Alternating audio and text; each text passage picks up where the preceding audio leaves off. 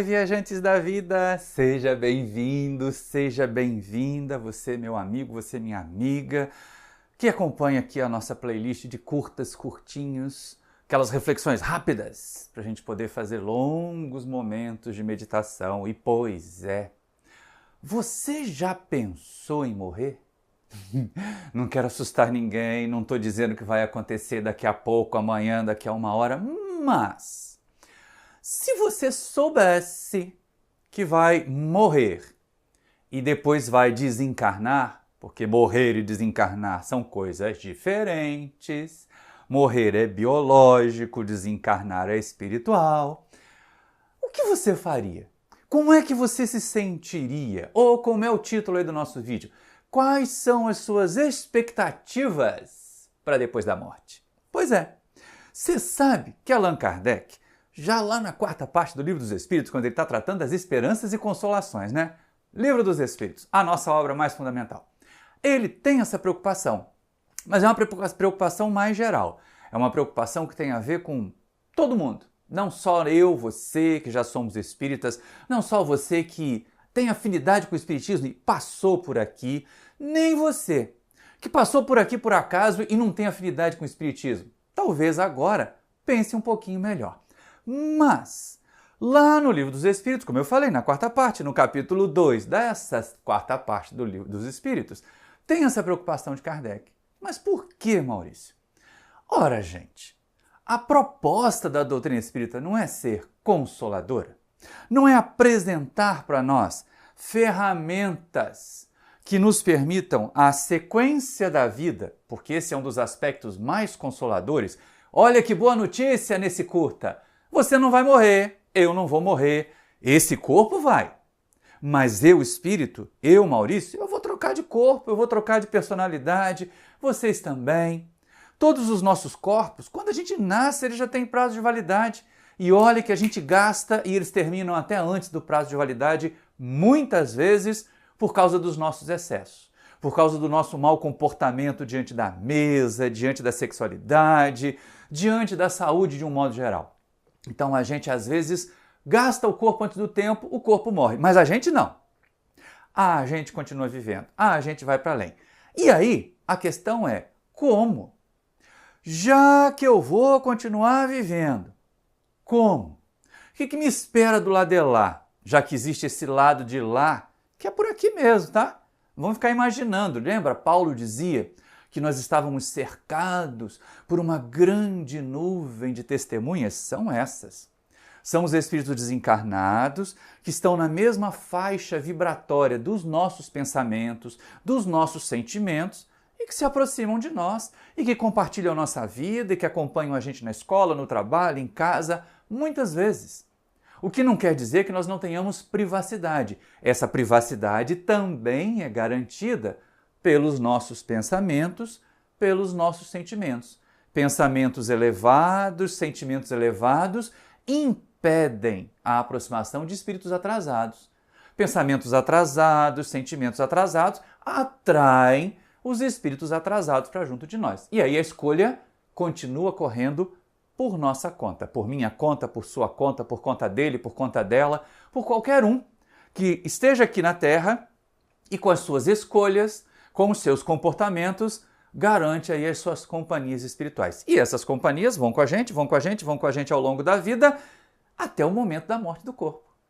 Até o momento que a gente passa para esse mesmo plano, para essa mesma dimensão, diferente da física, mas é uma dimensão de vida, mas é uma dimensão de existência. E aí, como eu disse, na questão 961, Kardec pergunta assim: qual o sentimento que domina a maioria dos homens, das pessoas, no momento da morte? A dúvida, o temor ou a esperança? E aí os espíritos respondem: a dúvida nos céticos empedernidos, o temor nos culpados e a esperança nos homens de bem. E aí me permita aproveitar aqui, trazer para o nosso século XXI, aquele finalzinho ali, homens de bem, a gente usar pessoas do bem. Porque o termo pessoas de bem foi meio corrompido aí nos últimos anos, né?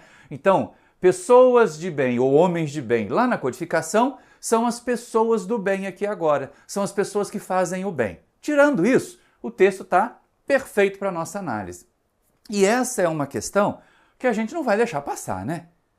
Como é que eu vou chegar do lado de lá? O que é que me espera do lado de lá? Mas não é que isso bate mesmo? Que essa dúvida bate? Agora, bate a dúvida principalmente para aqueles de nós, você, meu amigo, minha amiga, que não cogita de que nós somos seres espirituais e que estamos numa experiência material que é finita, que vai acabar. Mas o ser espiritual não é. Então, quem acha que é o corpo que tem, quem acha que é a persona que vive, deve ter mesmo muita dúvida, muita ansiedade. Meu Deus, e agora? Estou chegando ao fim da vida, vivi de um jeito que nunca pensei nisso. O que virá depois? Muita gente acha que o que vem depois é um nada e por isso que atola o pé na jaca enquanto está do lado de cá. Mas tem uma questão ali que me preocupa. Eu ouço alguns espíritas, eu ouço alguns espiritualistas dizendo que tem dúvida. E ainda argumentam assim, mas ninguém sabe como é que é a vida de lá, ninguém sabe, ninguém voltou para dizer. Gente, pelo amor de Deus, nós espíritas, nós espiritualistas, se você fala isso, se você pensa isso, a minha pergunta é, está estudando o suficiente, amiguinho? Está estudando o suficiente, amiguinha? Olha as obras subsidiárias sérias.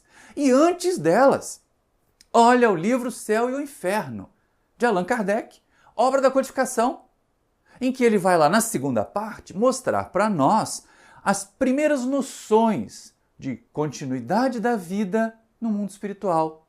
E a gente percebe que lá no livro Céu e Inferno, o estado em que eles estão do lado dessa nova condição de vida dependeu muito da forma como eles viveram aqui. Então serve de lição para nós. O nosso estado, quando nós passarmos a essa outra realidade, vai depender muito das construções que nós fizemos do lado de cá. Feito isso, vamos estudar um pouquinho mais, vamos ler um pouquinho mais, vamos refletir um pouquinho mais, porque que materialistas tenham dúvida, naqueles que chamam ali de céticos empedernidos, tudo bem. Mas espiritualista ter dúvida, vai estudar. Precisa estudar um pouquinho mais a doutrina que diz que abraça. Aí vem o outro caso. O temor para os culpados. Isso também nos atinge. Por quê? Porque de vez em quando, nós mesmos, tarefeiros, vivemos na tarefa aquela velha falácia, né? Faço o que eu falo da tribuna, faço o que eu falo na reunião mediúnica, mas não faça como eu faço. Isso é muito complicado. Tá cheio de pastores levando seus rebanhos para o buraco. Tá cheio de palestrantes e médiums levando seus seguidores até nas redes sociais, o que é um perigo, levando seus seguidores para o buraco, para a fascinação, para a obsessão, porque eles mesmos não vivem os ensinamentos. E aí, quando tem essa percepção, quando cai ou quando conecta o Wi-Fi, porque se eu falar caiu a ficha aqui, metade do nosso público não vai saber o que eu estou falando, mas quando vem essa percepção, quando vem essa constatação de que fiz bobagem, aí muita gente fica se sentindo culpado, muita gente fica se sentindo intimidado. Vai que eu encontro do lado de lá alguém que eu enganei. Você aí que assistiu ao filme Nosso Lar 2, viu aquela cena do médium embusteiro desencarnado encontrando com um espírito desencarnado também, que ele disse que ia ficar curado. Recebeu uma mensagem psicografada falsa lá dizendo que o indivíduo ia ficar curado, tirou o dinheiro dele, e os dois desencarnados se encontram lá no mundo espiritual e o desencarnado cobrando do médium. Você me enganou, você me fez passar carão. Então essa é uma situação que a gente tem que estar bastante atento. A culpa. E nenhum de nós, né? Lembrando Jesus, tire a primeira pedra aquele que estiver sem pecado. Pois é, nós todos estamos encarnados num planeta de provas e expiações. Então, tiquinho de culpa pode até acontecer. O que não pode é a gente ficar avolumando essa culpa. A gente tem que trabalhar aqui, para diminuir, para não ter esse sentimento de culpa. E, finalmente, a esperança nas pessoas de bem. Que delícia! Que coisa gostosa ir se aproximando do termo da existência física.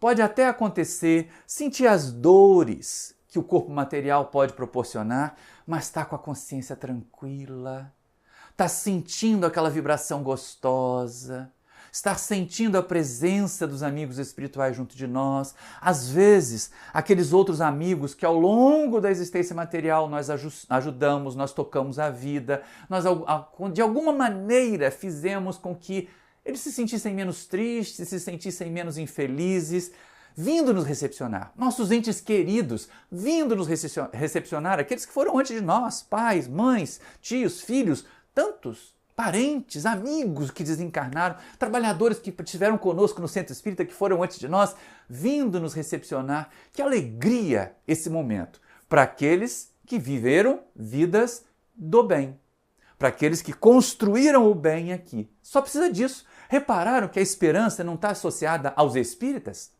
mas está associada às pessoas que fizeram o bem, às pessoas que cultivaram o bem. Isso é que é o mais importante. Além desses todos, se nós realmente fizermos essa transformação, pode ficar tranquilo, pode ficar sereno, que aquele benfeitor, que aquela benfeitora, que aquele guia, que ao longo da jornada, que às vezes referendou a nossa volta para cá para ver se a gente consertava as bobagens que fez, também vai estar lá nos esperando.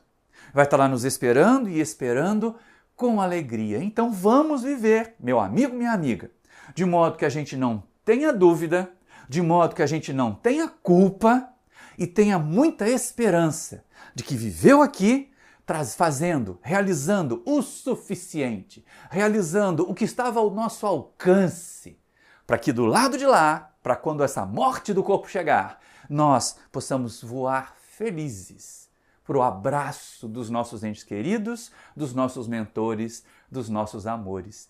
Eu espero que essa reflexão não tenha te assustado, apesar do título, né? O que você está esperando depois da morte, ou expectativas depois da morte.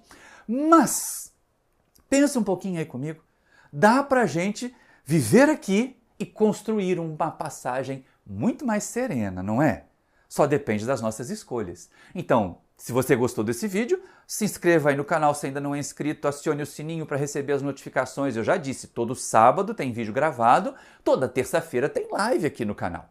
E também, se gostou e gostou bastante, comenta aí embaixo, deixa o seu like e manda o link para outras pessoas. Vai que você manda esse link para alguém que tem medo de morrer e descobre que assim, não, mas eu estou vivendo uma vida boa, eu estou vivendo uma vida fazendo bem, então eu posso ter esperança para chegar do lado de lá. Um grande abraço para vocês e até o próximo vídeo!